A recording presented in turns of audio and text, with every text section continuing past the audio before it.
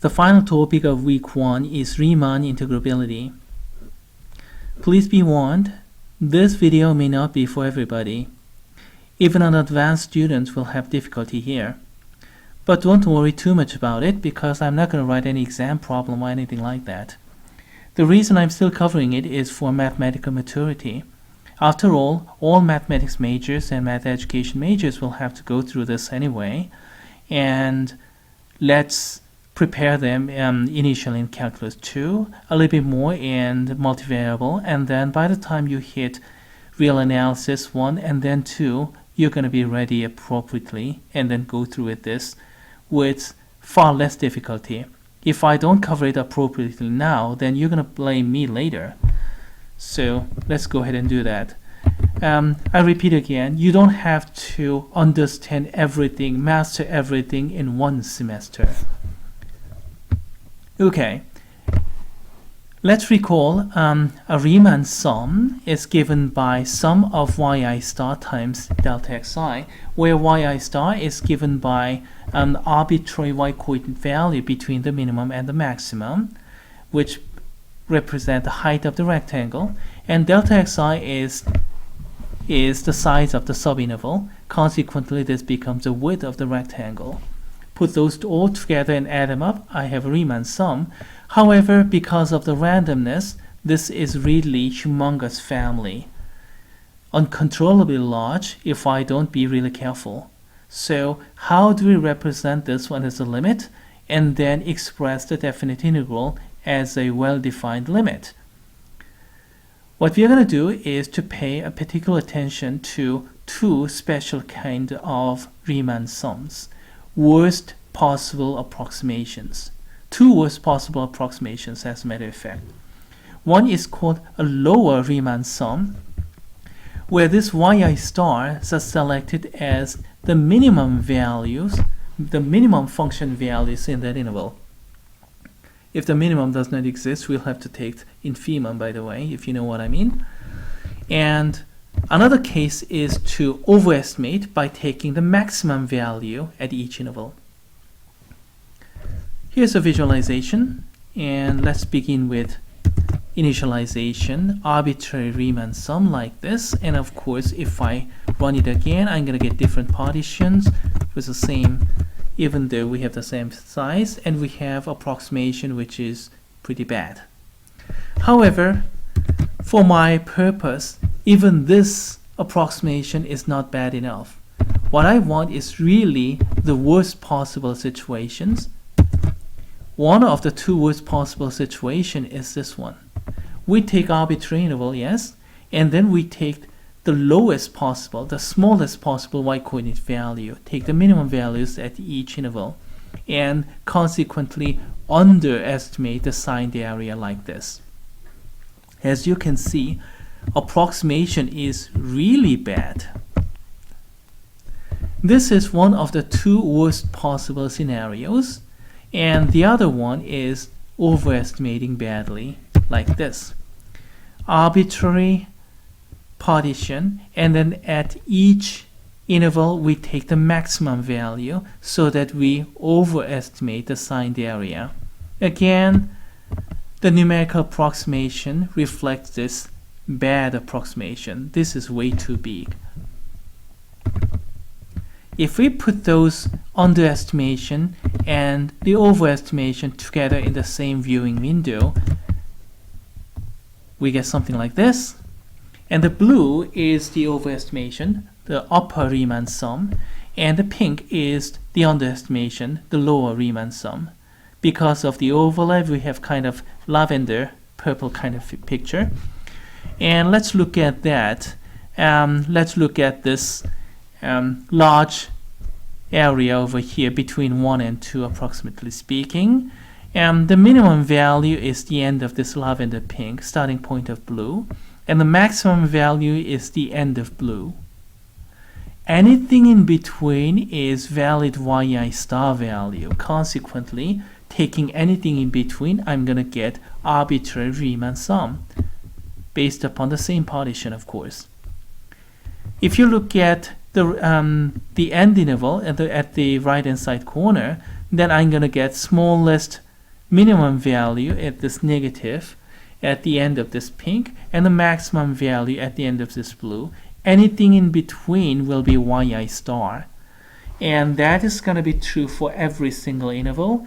Add them all together, and then this is what we get. For the same partition, arbitrary Riemann sum is bounded by upper Riemann sum from the above and the lower Riemann sum from below.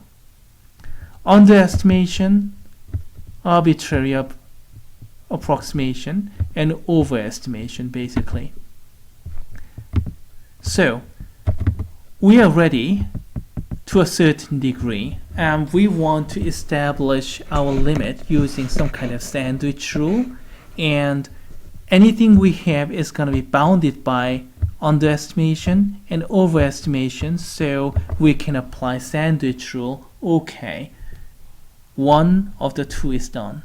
Let's go over to the second observation, and it's this one. If we make partition finer by putting some more points in there, then lower sums increase and upper sums decrease. Here's the visualization. We begin with left hand side. We have these black points, those are the partition, and then we have minimum values for each yi, so we have a lower estimation or lower Riemann sum. Now let us make this partition finer by putting in some more points in there, green points in there. And I made it finer by putting more points in there. Consequently, each interval is either staying the same or divided further by smaller pieces. Consequently, the minimum values of those smaller pieces will be bigger than or equal to the overall minimum, and consequently lower sums increase as we take finer partition. If we put even more points in there and then make it even finer, then we'll have even more increase and even more increase. What if two partitions are not related? In that case, we can simply union them together and put all those points in there and then create a lower sum that is bigger than both of them. In any case, lower sums increase. We can put more and more points, and consequently lower sums will increase. But the key is lower sums increase and do not come back down, but they are not going to increase forever because they are bounded by the upper Riemann sums. So they are not going to increase all the way toward positive infinity, and they cannot come back down. So what happens? They must stop. They must converge to a certain limit. Let us call that limit the lower Riemann integral. Basically, it's a limit. Limit exists because we have an increasing family that is bounded above. We have increase, cannot decrease back down, cannot oscillate, and it cannot go over to infinity. So what happens? We have to converge, it has to stop. That's basic idea. It's one of those fundamental axioms of real numbers, as a matter of fact. Increasing sequence converges. Bounded increasing sequence converges. We're going to talk more about it in chapter 11. We'll have exactly the same behavior from the upper Riemann sums. Put more and more points like this, black points here, that partition, and make it finer by putting more points, red points in there, and consequently we'll divide large interval into several smaller pieces, and compared with overall maximum, the maximums of smaller subintervals will decrease. So what do we have? Upper sums decrease as we make it finer. And you can put more and more points in there, and then of course if we have unrelated partitions, then we can simply union them together and then make it finer than both, and we have further decrease. So upper sums decrease, and cannot go back up, cannot oscillate. However, they cannot decrease all the way down to negative infinity because they are bounded by the lower sums. What happens? Upper Riemann sums decrease, and they have to converge to a certain real number, which we call upper Riemann integral. Basically, this is a limit too. It's a limit.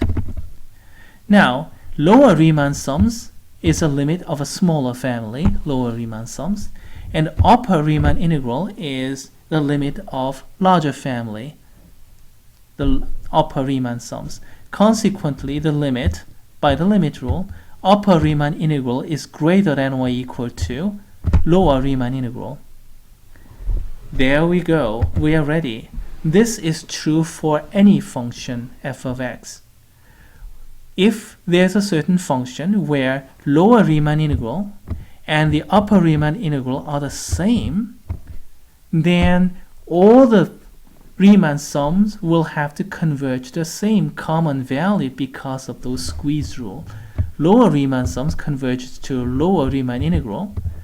Upper Riemann sums converges to upper Riemann integral. Normally one is greater than the other, but they happen to be the same this time, so everything captured in between will be squeezed into the same value. That kind of function is called Riemann integrable, and the common value is called Riemann integral, or the definite integral.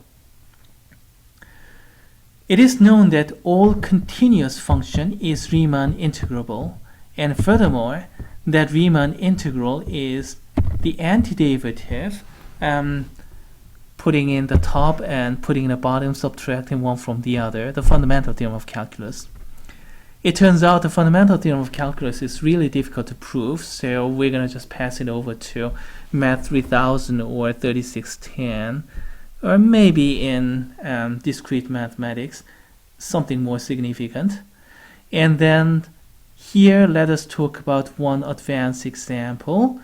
An example of discontinuous Riemann integrable function.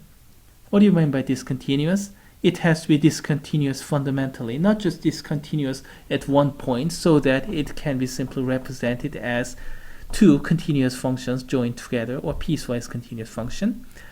Even if there are infinitely many, if we can join them together as continuous functions, then no problem there.